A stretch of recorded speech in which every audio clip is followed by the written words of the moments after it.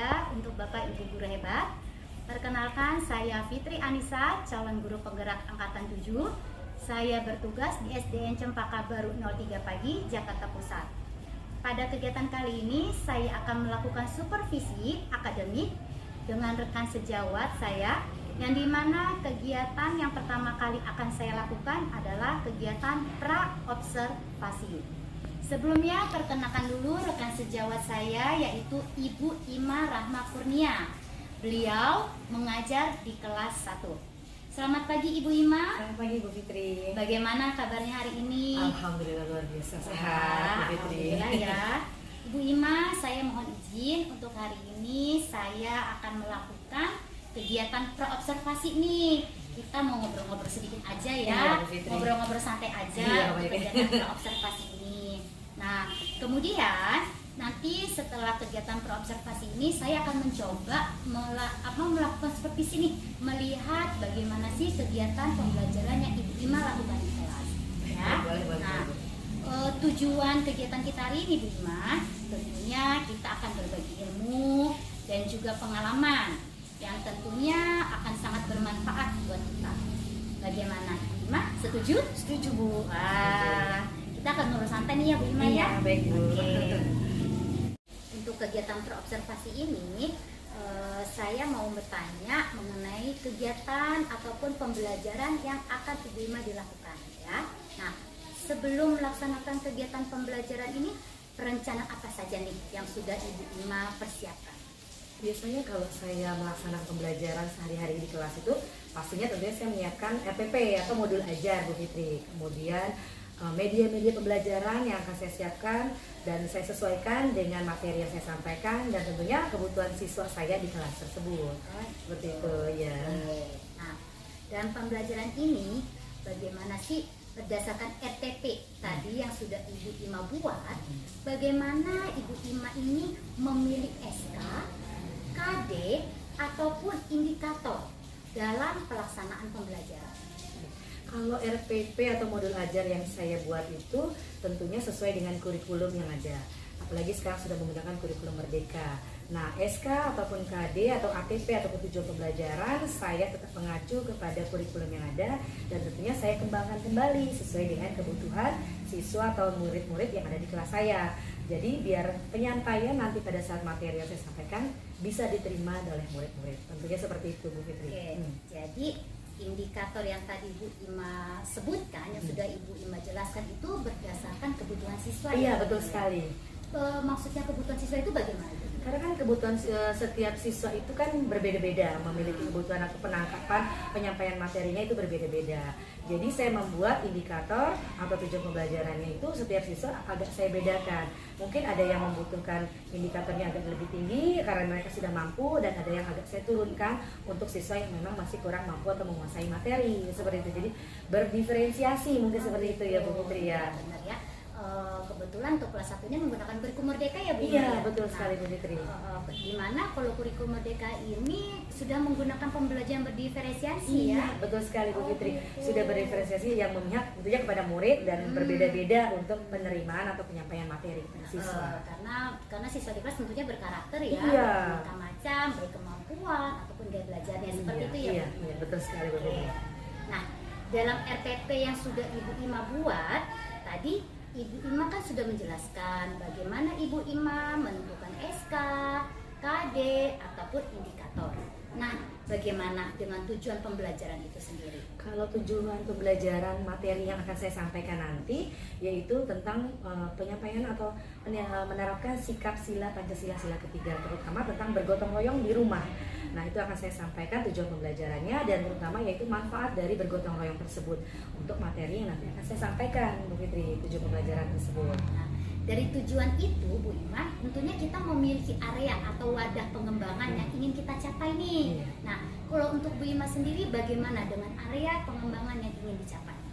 Area pengembangan kepada siswa terutama saya yang pertama yaitu ingin mengembangkan kemampuan intelektual siswa ya kan, dalam cara dia menyampaikan materi yang tentang saya sampaikan tentang bergotong royong itu. Kemudian yang kedua itu yaitu tentang pembelajaran tadi Bu Fitri, berdiferensiasi itu. Iya, saya ingin anak-anak yang berbeda setiap karakteristiknya tentu dapat memahami materi saya. Kemudian yang ketiga yaitu kemampuan tentang sosial, emosional dalam menghadapi siswa yang memiliki keberagaman tadi. Seperti itu untuk mengembangkan area pembelajaran saya. Gitu ya Bu Ima. Nah, dalam RPP yang juga sudah Ibu Ima buat pastinya, kita guru ini memiliki strategi nih. Iya, betul sekali. Strategi yang hendak dicapai. Apa saja strategi yang akan Ibu Ima lakukan? Strategi yang saya lakukan tentunya tadi menyiapkan RPP, Ya. kemudian menyiapkan perangkat pembelajaran yang berupa poster, medianya itu video, pemutaran video yang menarik, kemudian dari LKPD untuk tugas-tugas mandiri ataupun kelompok. Kemudian saya juga tentunya menggunakan strategi discover learning. Oh gitu. Iya. Nah, dari strategi yang Bu Ima sampai sebutkan tadi, yang disebut dengan discover learning, itu adalah strategi pembelajaran yang akan dilakukan di kelas. Seperti Iya, itu, Bu Ima? iya betul Bu Oh, Fitri. gitu. Nah, Iya. menurut Bu Ima strategi discover learning itu apa sih? Itu adalah strategi discover learning adalah untuk bernalar kritis untuk membuat anak-anak mendapatkan atau menemukan suatu masalah di dalam pembelajaran tersebut. Karena kita belajarnya kan berkelompok Bu Fitri. Nah, di situ kan saya akan memberikan suatu masalah atau cerita. Nah, nanti anak-anak di situ akan menemukan masalah-masalah dari cerita tersebut atau materi tersebut. Jadi mereka bisa menemukan menemukan sendiri masalah itu. Mengapa Bu Ima memilih strategi tersebut? Supaya anak-anak itu bisa lebih kreatif, lebih bisa berpikir, yaitu dari kritis gitu. Oh, apa sih masalahnya ini? Bisa mengungkapkan pendapatnya gitu, baik di dalam kelompok ataupun di dalam kelasnya sendiri. Gitu. Wah, menarik sekali Iya. ya Bu Ima ya, sepertinya. Nah, kita tidak mengenal hanya ada strategi pembelajaran. Iya, betul. Tapi biasanya di dalam RPP itu kita membuat bagaimana metode pembelajaran yang akan kita lakukan. Nah, untuk pembelajaran Bu Ima kali ini apa ya? Metode pembelajaran apa yang akan Ibu Ima lakukan di kelas? Metode pembelajaran itu pasti tentunya tadi ceramah ya, Ya. betul. Ceramah memang terdengarnya klasik, tapi memang itu tidak bisa kita pungkiri harus diawali dengan ceramah. Karena ada beberapa anak-anak pun juga kan yang tidak menangkap materi yang kita sampaikan hanya dengan audio, dengan pendengaran. Dia lebih menarik didengar ini enak, seperti dengar musik, seperti itu dia dengan materinya. Dengarkan melalui dengan musik. Nah, kalau ini saya tentunya ceramah, kemudian mempersiapkan media-media pembelajaran, dan tadi itu metode discover learning itu tadi, seperti itu. Wah, itu ya, artinya pembelajaran yang Ibu Ima lakukan di kelas ini sepertinya sudah mengacu kepada pembelajaran berdiferensiasi Ya, ya. alhamdulillah seperti itu. Dimana tadi Bu Ima sebutkan ada ceramah, Iya. kemudian ada gambar, ada juga bisa dengan menonton video. Iya. Anak-anak pasti akan menarik sekali ini. Sangat antusias. Wah, sangat senang sekali ya. Nah, untuk penilaiannya sendiri, bagaimana kriteria penilaian yang Ibu Ima lakukan? Penilaiannya tentu saya kan ada dari penilaian kelompok karena kita belajar dengan kelompok, kemudian penilaian mandiri juga tentunya ada untuk siswa itu sendiri dari sikap, terus kemudian ada pengetahuannya juga, itu nanti akan saya masukkan dalam penilaian materi yang saya sampaikan. Wah, menarik sekali nih. Dari hasil wawancara praobservasi yang sudah saya lakukan dengan Ibu Ima, sangat menarik sekali sepertinya ya. Nah, setelah wawancara praobservasi ini Ibu Ima, saya sendiri khususnya akan melakukan kegiatan supervisi di kelas Ibu Ima. Iya. Saya akan melihat bagaimana Ibu Ima melakukan pembelajaran dengan murid-murid yang di kelas. Jadi Bu Fitri mau masuk ke kelas saya ini? Iya. Senang hati. Monggo silakan. Bu Fitri mau masuk ke kelas saya, melihat dengan keadaan anak-anak yang seperti itu, apalagi terutama kelas 1 Bu Fitri yang berbeda-beda, diferensiasi itu tadi ya. Boleh Ibu Ima? Boleh, silakan. Terima kasih Ibu Ima sebelumnya. Mungkin untuk percakapan praobservasi ini saya cukupkan, selebihnya kita akan lanjut untuk melihat kegiatan pembelajaran Ibu Ima di kelas. Baik, silakan, mari Bu Fitri. Mari. Ya.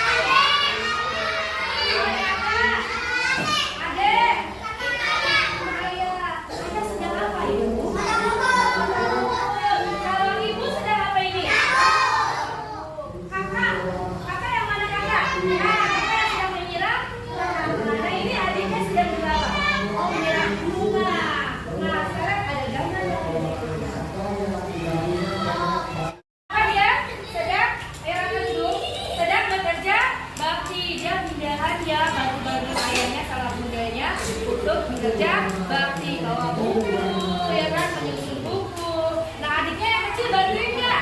Bantuin ya. Adiknya yang kecil bantuin apa? Pegang mainannya, ya. Nah, setelah bekerja bakti, apa yang mereka lakukan? Beristirahat, bagus kayak apa aja. Kerja bakti, istirahat capek, terus ya main minum, iya betul minum, terus istirahat makan, iya. Jadi kalau begitu kerja bakti, setelah kerja bakti, perasaan kita bagaimana? Bagaimana? Senang, ya perasaan kita membantu mami ketika mami sedang sakit. Apa aja ayo Ica yang dilakuin ya tadi?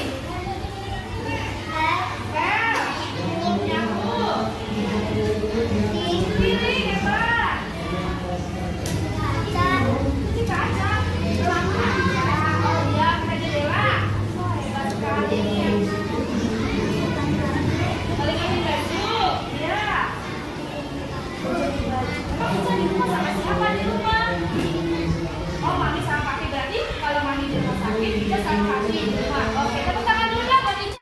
Wih, gambar kerja bakti. Oke, ya. Remedial kan nanti kita hari kami gimana? Bu Guru ingin minta coba dari kelompoknya Rehan. Ayo maju. Rehan, bacakan hasil tadi yang sudah dikerjakan bersama-sama. Ya, nanti gantian ya. Ayo, baca yang kecil Rehan. Ayo, baca. Ayo. Saya akan membacakan, dibacakan terus Rehan. Kalau ada pesan nanti di rumah saja. Ya, baca. Yang kencang. Bacakan. Manfaat. Ya, yang kecil ayo biar dengar. Biar teman-temannya dengar. Ayo, 1, 2. Agak cepat, oke. 2. Ngepel. Terus. 30.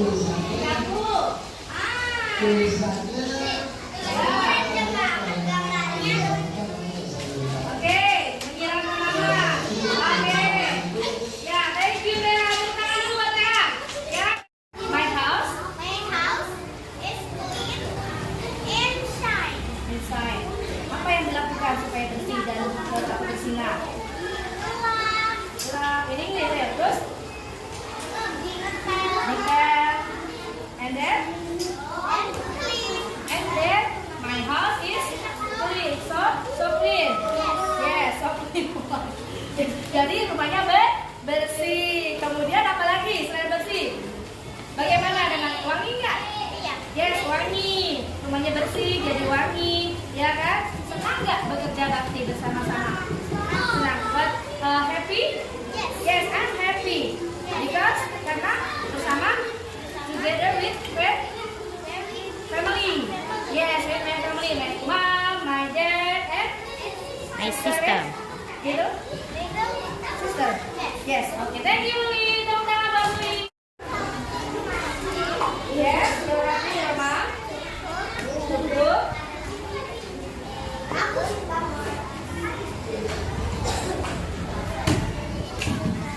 Because. Oh, with your mom and your sister, and we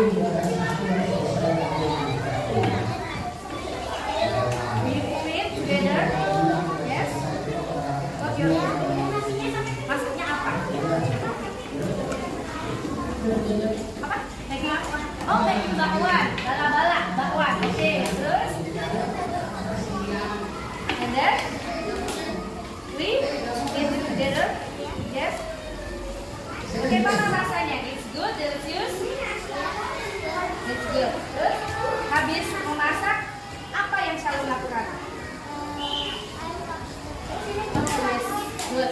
Harus dibersihkan ya, dicuci, wash. Ya, oke. Good. Oke, tepuk tangan dulu untuk Shalom. Yaitu tentang apa tadi? Bergotong royong di rumah. Nah, tadi kita sudah bercerita bergotong royong di rumah apa aja?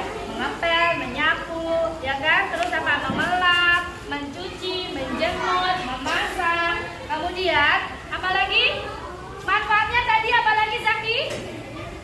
Manfaatnya? jadi bersih. Ayo Aica, apa tadi Bang? Tidak bau. Apa lagi Ara? Manfaatnya Ara? Indah rumahnya jadi shining. Kalau kata Lui tadi apa tadi? Lui? Tidak kotor, jadi clean and shining. Ya, shining, bersinar, berkilau rumahnya karena sudah tidak ada debu. Nah, bekerja bersama itu bergotong royong membersihkan rumah harus dilakukan.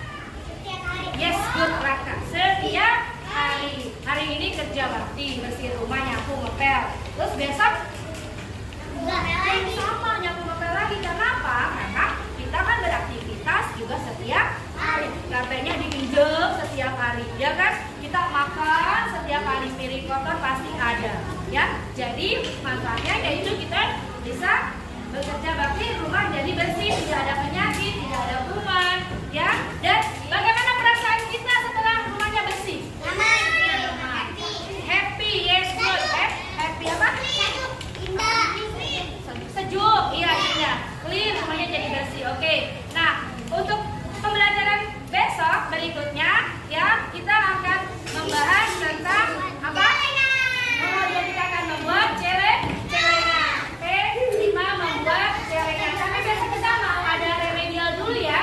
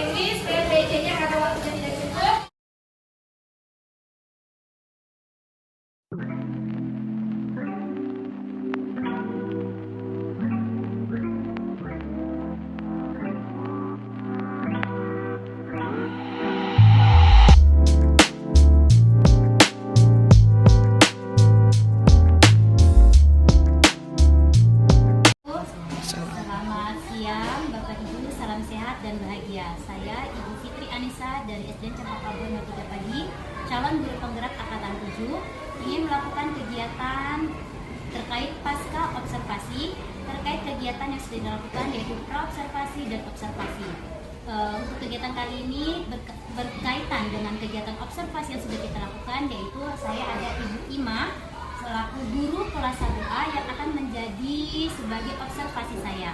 Pada kegiatan kali ini saya pula didampingi oleh Ibu Wasilatul Munawaroh selaku pengajar praktik saya. Selamat pagi Bu Wasila. Pagi Bu Fitri, Bu Ima. Untuk kegiatan hari ini kita akan melakukan kegiatan pasca observasi. Setelah kegiatan praobservasi kita lakukan dan juga kegiatan observasi yang sudah kita lakukan di kelas ya Bu Ima.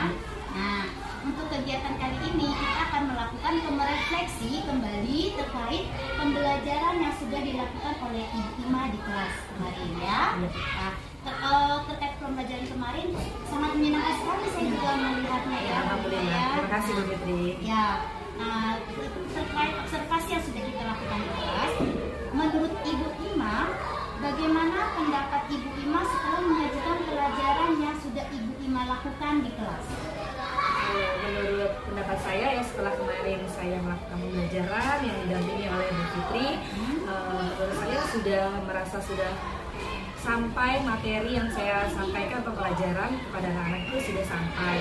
Tapi mungkin kendalanya itu adalah pada saat penyajian atau RPP-nya itu. Tapi menurut saya sih waktunya sih sudah cukup, sudah pas dengan RPP yang saya buat.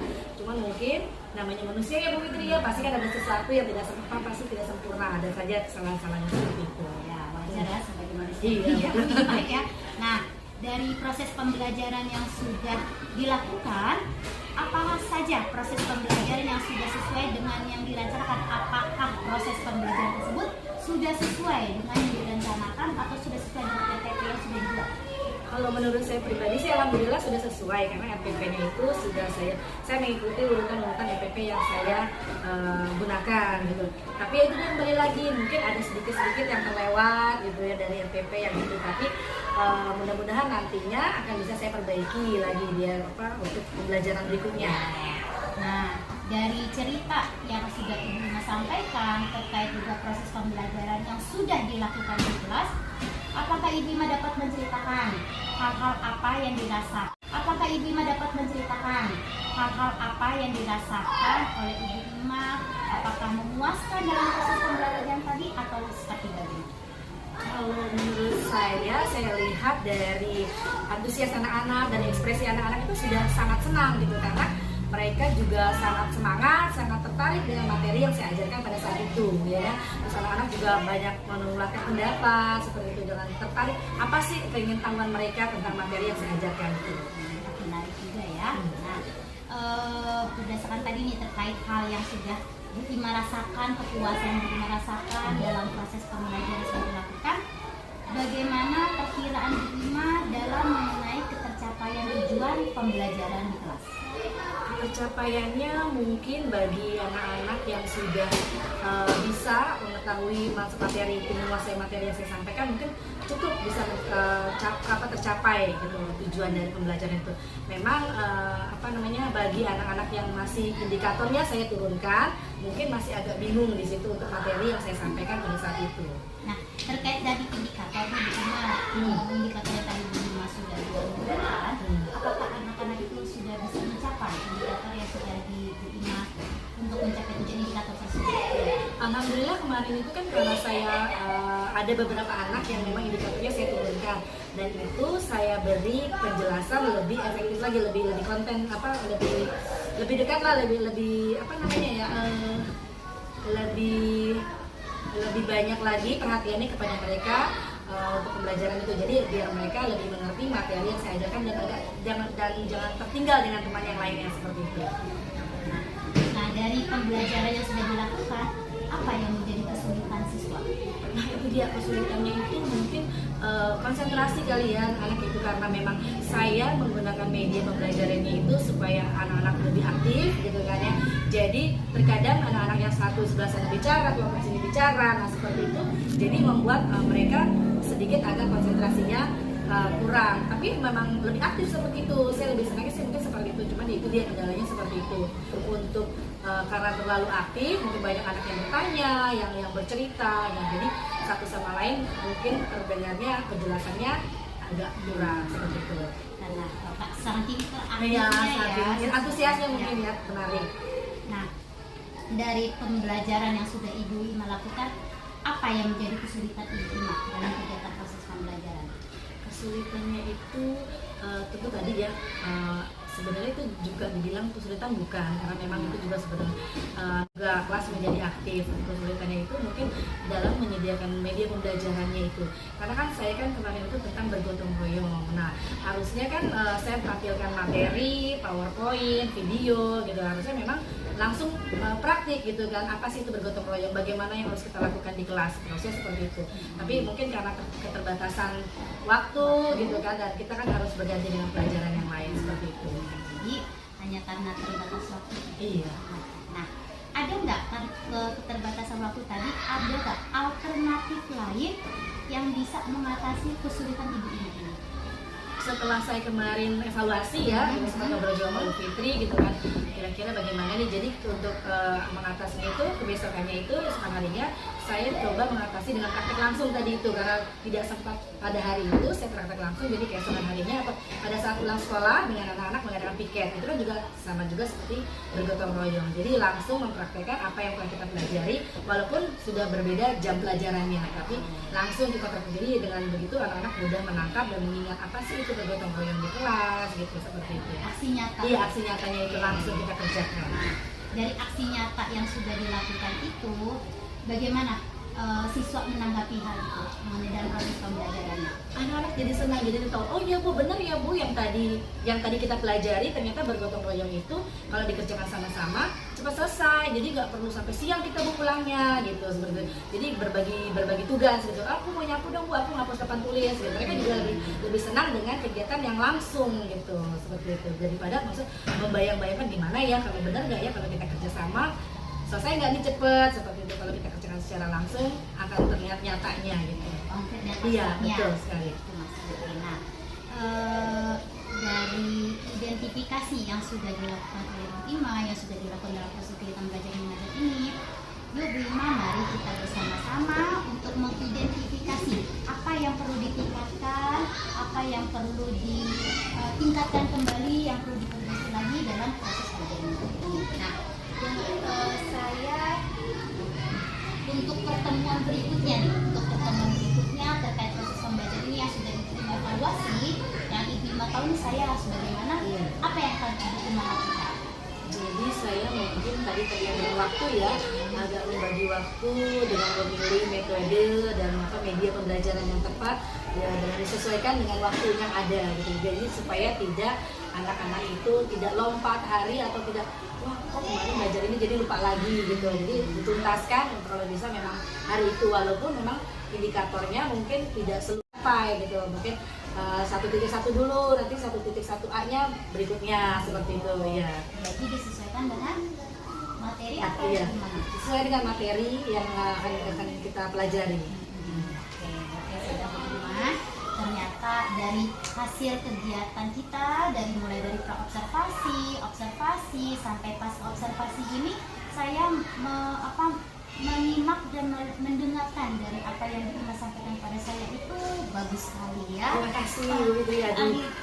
Masih banyak yang kekurangannya Bu Fitri. Mohon nanti kan bisa sambil sharing ya. Oke, siap. Nah, terkait kekurangannya ini ya kita berharap bersama-sama antara saya dan Bu Ima bisa melakukan kembali, dan terkait Bu Ima apa yang ingin Bu Ima sampaikan apa yang Bu Ima yang ingin sampaikan ataupun yang akan Bu Ima lakukan di terkait pembelajaran berikutnya semoga bisa tercapai ya. Untuk proses pembelajarannya juga mungkin harapan juga insya Allah bisa tercapai ya. Mungkin cukup sekian wawancara pasca observasi ini saya akhiri. Wabillahi taufiq wal hidayah. Wassalamualaikum warahmatullahi wabarakatuh. Waalaikumsalam warahmatullahi wabarakatuh. Terima kasih Ibu. Iya, sama.